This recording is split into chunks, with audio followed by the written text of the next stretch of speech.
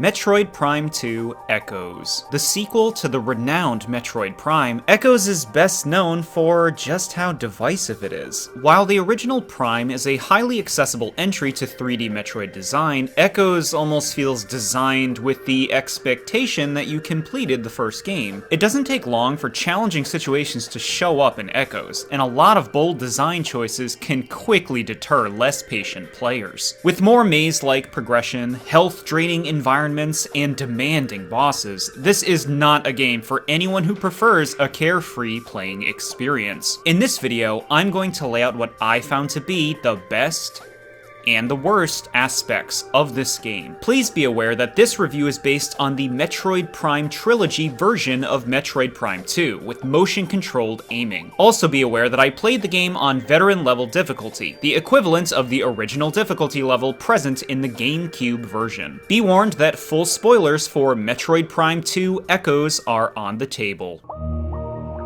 The best. Number 1, everything from Metroid Prime. The 5 best points I laid out for Metroid Prime are, happily, all strengths of Echoes as well. Samus controls beautifully again, with excellent platforming and aiming precision. She's an absolute joy to play as and very natural to move around with. Exploration is still fantastic, areas host a lot of unique set pieces and are more compact than the original Prime. There's less opportunity to get tripped up on where you should be going because rooms are a lot more identifiable. The less windy, more clumped together room design makes it easier to keep your wits about you, which is great considering there's a dark version of most areas. Plenty of well-hidden, rewarding power-ups are still littered throughout every location, with puzzles requiring thoughtful consideration of your surroundings. The map is back and still works great. It's easy to control and read while providing all the useful information. Atmosphere is also unsurprisingly exceptional, possibly even better than the first game. A lot of lore is told subtly throughout the environment, allowing you to piece things together in an authentic way. And the Dark World, dang, this place instills into the player every feeling it's going for. Dismal, suffocating, and dangerous. And it wouldn't be so effective if the carefully considered music didn't bolster it all even more. Though I will say, outside of the track you're hearing now, I wouldn't listen to any of these in my free time. In any case, it's nice to see a sequel that maintains all of its predecessor's greatest strengths, but Echoes goes even further than that. Number 2, improving on Metroid Prime. Possibly the best thing about a sequel is the chance to smooth out the rough spots of the original title. Not all sequels manage this, and problems can easily go unaddressed, but Echoes makes some really noteworthy improvements, with a clear focus on user-friendliness. Here's the rundown. Door locks are less tedious to deal with when revisiting areas, with only the dark and light beams needed for most of them. It's much quicker to travel long distances now, with far fewer of these doors overall. Memorizing materials or scanning to know what to use for obstructions is also largely gone. You get the standard bombs very early, and super missiles are only really used for doors now, so almost everything you can't destroy for a large portion of the game is gated by power bombs. Revisiting blockades is a lot more streamlined since most of them ask for the same thing. It simplifies everything a lot more and takes out the need for constant scanning. The original Prime had overly wordy scans, with a lot of descriptions and data logs that felt redundant and were often placed too close together. Echoes is far more conscious of player engagement. Information is direct and gets to the point quickly, so there's less reading overall. It's a big improvement to the pacing and keeps the adventure more focused. This is really noticeable in the denser level design too. While you can still get lost, progression is often clear, though there are a few unfortunate exceptions I'll get into more later. These changes all help contribute to a more smoothly flowing game experience, and I'm really happy to see them. Number 3, Aether, Luminoth, and the Ing. This series excels at creating mysterious, natural environments, and the world of Aether is a great one. The dual light and dark versions of this world, fighting over the planet's energy, presents a novel dynamic. While it's a shame that what you do in one doesn't affect the other very often, it's enthralling to see how places differ in Dark Aether, with the thick, depressing atmosphere painting a very stark contrast. It's the creatures who live in these realms that lend it so so much depth. The Luminoth are very similar to the classic Chozo race of the franchise, but their bug-like, almost ethereal designs are surprisingly enchanting. Granted, you don't meet many of them considering the state of their world, but the original Prime didn't have any NPCs to interact with, so their presence leaves a strong impression. Their psychic abilities, durability against the dark threat, dedication to peace, and overall history of settling on Ether to find a home to love and call their own guarantee their strong appeal.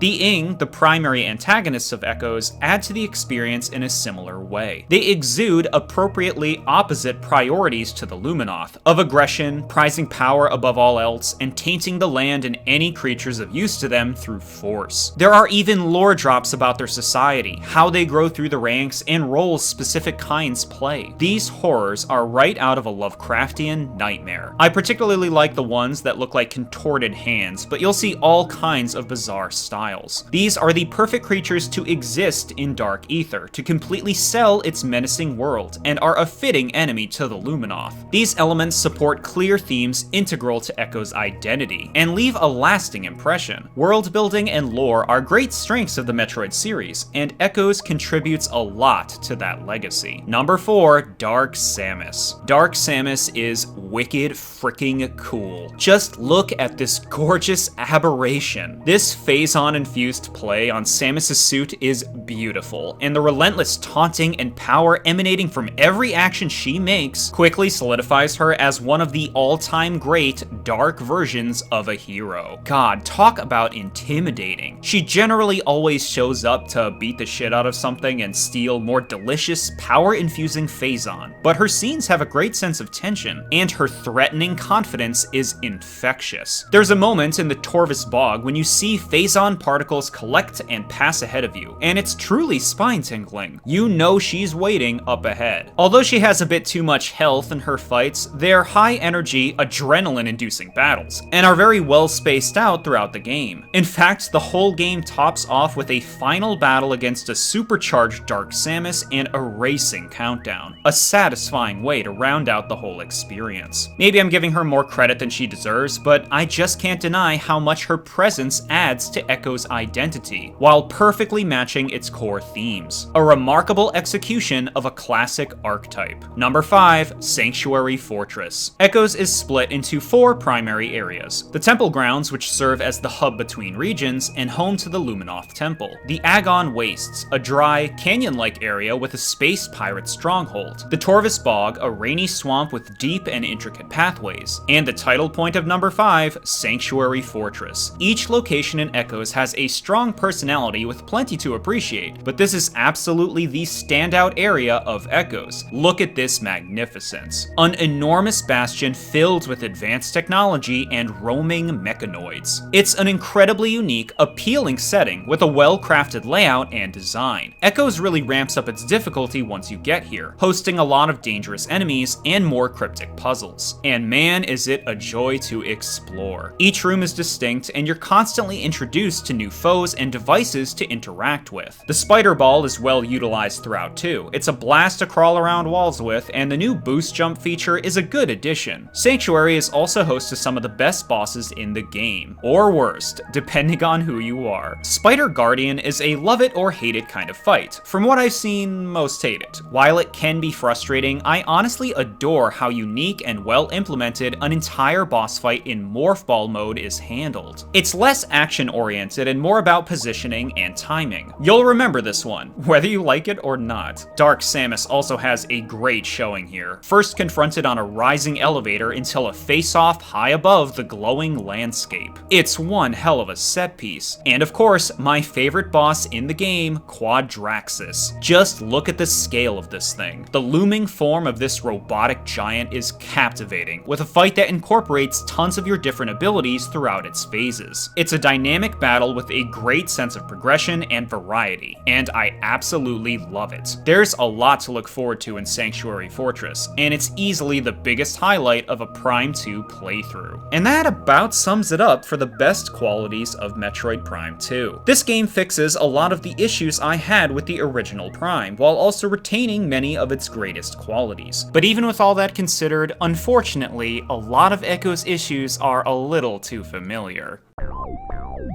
The worst. Number 1, awkward progression. The biggest complaint I have for the first Metroid Prime is the frequently haphazard progression after obtaining new power-ups. Very often in that game, after getting a new upgrade, the path forward would be a discrete material or blockade in a previously explored area that's nowhere near your current position, sometimes multiple areas away. Prime 2 tremendously decreases the amount of times this happens, but this still happens. Two specific moments in particular stand out. The first is after acquiring the boost ball, which is obtained in the labyrinthine Dark Torvus Bog. After getting it, you're expected to leave the entire Torvus Bog area to roll up a ramp you passed earlier in the temple grounds to get the Seeker launcher. Figuring this out can take a long time of meandering around Torvus, because it's just such a large region. There's little reason to believe you'd leave the bog entirely, and while that ramp is seen when passing through earlier, something could have been conveyed to highlight the importance of returning to it more. A far worse moment, however, is the path from the Spider Ball to the Power Bomb. This nonsensical backtracking on its own might be worse than anything from Prime 1. After obtaining the Spider Ball while deep in Sanctuary Fortress, instead of using it on the countless spider tracks seen within the fortress itself, you're expected to go all the way back to the deepest recesses of Torvus Bog to find the Power Bomb. This is insane. I truly don't understand why the progression is laid out this way. And after getting the Power Bomb, you just go all the way back to Sanctuary Fortress. Good God, there's nothing inherently wrong with backtracking. It can be very satisfying. It's the fact that this is the intended flow through the game that makes this so unbearable. Echoes even brings back the random pop-up scan that just tells you where to go next at random intervals. If you need to implement a function like that into your game, maybe that's a sign that naturally guiding the player needs work. Thankfully, these are the only two moments that really stood out to me. The rest of the game is pretty good about directing the player, although I will say it seems to revel in hiding temple keys in nasty locations. Number 2, Space Pirate Lockdowns. In Metroid Prime 1, my least favorite enemy is probably the Chozo Ghost. In that game, they appear far too frequently for how one-note they are to fight, and you'd often be locked in rooms until they're all cleared out. This made moving through some areas a tedious chore. Thankfully, Chozo Ghosts aren't in Echoes. This game has teleporting space pirates to take their place. These guys aren't any kind of real threat, but dang is it annoying how often you're locked in a room with them. They take a lot of ammo to go down, but it's foolish to bother fighting them at all when you realize after about a minute they just leave anyway. What's the point? Are they included just to waste your time? They often appear in rooms you pass through a lot too, which makes me feel like it's gotta be intentional, but I can't say it adds anything positive to the experience. Since they're so obviously not worth fighting, I'd just wait them out, but is that really what these confrontations should be reduced to? Speaking of space pirates, their presence in Echoes feels very uninspired. It's like they're here because they have to be. That's not to say their inclusion bothers me, but they're significantly underutilized, and a lot less threatening than in Prime 1. I'm also not a fan of how their designs have been altered. It's a step down from their older, more intimidating impression. Metroids are similarly kind of wasted in this game, and really only float around a few rooms. I appreciate them being here. Metroids are cool, and this is the Metroid series, but with the Ing's possession and all the Phazon lying around, you'd think more would have been done with these two mainstays of the franchise. Number 3, the Alpha Blog. Probably the most infamous boss of Metroid Prime 2 is the underwater Alpha Blog, and rightfully so. This is a pretty miserable fight. Let's discuss the boss itself, who's all over you and deals a ridiculous amount of damage. But that wouldn't be a problem if its hitbox wasn't such a mess. Trying to strike it with super missiles feels like a coin toss. I fired them on the boss the same way throughout the entire fight, when it was charging at me with its mouth open. But my god, is this game selective on whether or not those hits connect. It just doesn't feel right that so many attacks fail to do any damage. And I got to have a real fun time, because after getting it to the point of only needing one more hit to be defeated, none of my remaining super missile attacks made contact. I ran out of them, and couldn't deal any damage at all, eventually dying. But I wish that's all there was to this sad story. Because I died, I had to restart from the last save point, which inexplicably is no longer accessible once the path to the boss is opened, which means I lost at least a half hour of progress, including scanning several things and completing puzzles, and there was no way to save before this fight. This is a rare example of plain and simple, cruddy game design in Metroid Prime too. It's hard to tell if this was even intentional. It's so uncharacteristically careless. So we have a fight where you lose a fair amount of progress if you die against a boss who hits like a truck with an inconsistent hitbox. Yay. It's just so inconsiderate, and I'd excuse the entire cutting off the save point stuff if the boss's hitbox was just a little more generous. I will acknowledge that using the Dark Burst can decimate the alpha block very quickly, but you can easily not have it by this point, and it doesn't excuse the inconsistent feeling of landing hits, or the harsh punishment for losing. So yeah, a few crucial changes would fix a lot of these issues. Number 4, more boss complaints. I really like some of the bosses in Echoes, but there are other problematic fights beyond the alpha blog. The Spider Guardian is guilty in the same way, in that you don't have access to a save point before the battle. Considering how poorly this fight can go, it sucks to have to redo some cutscenes and other stuff for losing. And there's no good reason the save point should be cut off in the first place. The Grapple Guardian and Chica are a lot more drawn out than they need to be. The Grapple Guardian is a slow fight, and doesn't have much variety to it. Chica at least has multiple phases, but it still takes a lot of damage to move through them. But you know what? These guys have nothing over the other boss who really ticked me off, the Power Bomb Guardian. This fight feels intentionally annoying. 4 weak spots dot the ceiling around the boss. You have to spider ball your way over to while being pelted with bombs. And if you get hit at all, you're falling off. Even worse, they get more frequent as the boss's health drops, after you've likely attacked the easier to get to weak points first, making the final strike of this battle a miserable slog. I appreciate the unique setup here, but it's incredibly frustrating in practice. Number 5, the Torvis Bog camera glitch. This one's very cut and dry. There's an energy tank you can get in the Torvis Plaza by spider balling and weaving around the walls. This would be fun if there wasn't a camera glitch. Look at how the camera moves here. You can't see the morph ball at all. This is clearly unintentional and may even only be a problem in the Metroid Prime Trilogy version of Echoes, but even so, this sucks. I did manage to make my way through, but it involved a lot of guesswork and was, on all accounts, pretty annoying. It reminds me a lot of my issue in Prime 1, where a specific icicle wouldn't get shot down by a missile unless it was struck in a precise spot. I don't hold this camera problem against the developers, but I have a hard time seeing how this was playtested. It's unquestionably a problem. But that about covers all of my major problems with Metroid Prime 2. Though I'll also say, the Screw Attack's learning curve is a little steep. The menu has an awkward layout, and I'm not a fan of the Dark Suit's rusty look. Oh, and the walking away hand wave is just lame. Realistically, this game doesn't have any severe issues. The stifling atmosphere and difficulty of Prime 2 will definitely turn some people away, but I also believe plenty of fans will fall in love with those very same qualities. Between Prime 1 and 2, I think I'd say Echoes is the better put together game. It solves a lot of my issues with the original Prime and feels more focused. But to be honest, the original Metroid Prime is an easier game to enjoy. Echoes wants to be heavy and tense, and it succeeds at those things very well, but the more lighthearted, varied adventure of the first Prime plays more to my tastes, so I have to say I prefer it. Even so, Metroid Prime 2 is a unique entry in its own series, and an excellent sequel with a lot to appreciate. Thank you all so much for watching. If you liked my video, subscribe and check out my Patreon. I'll see you next time.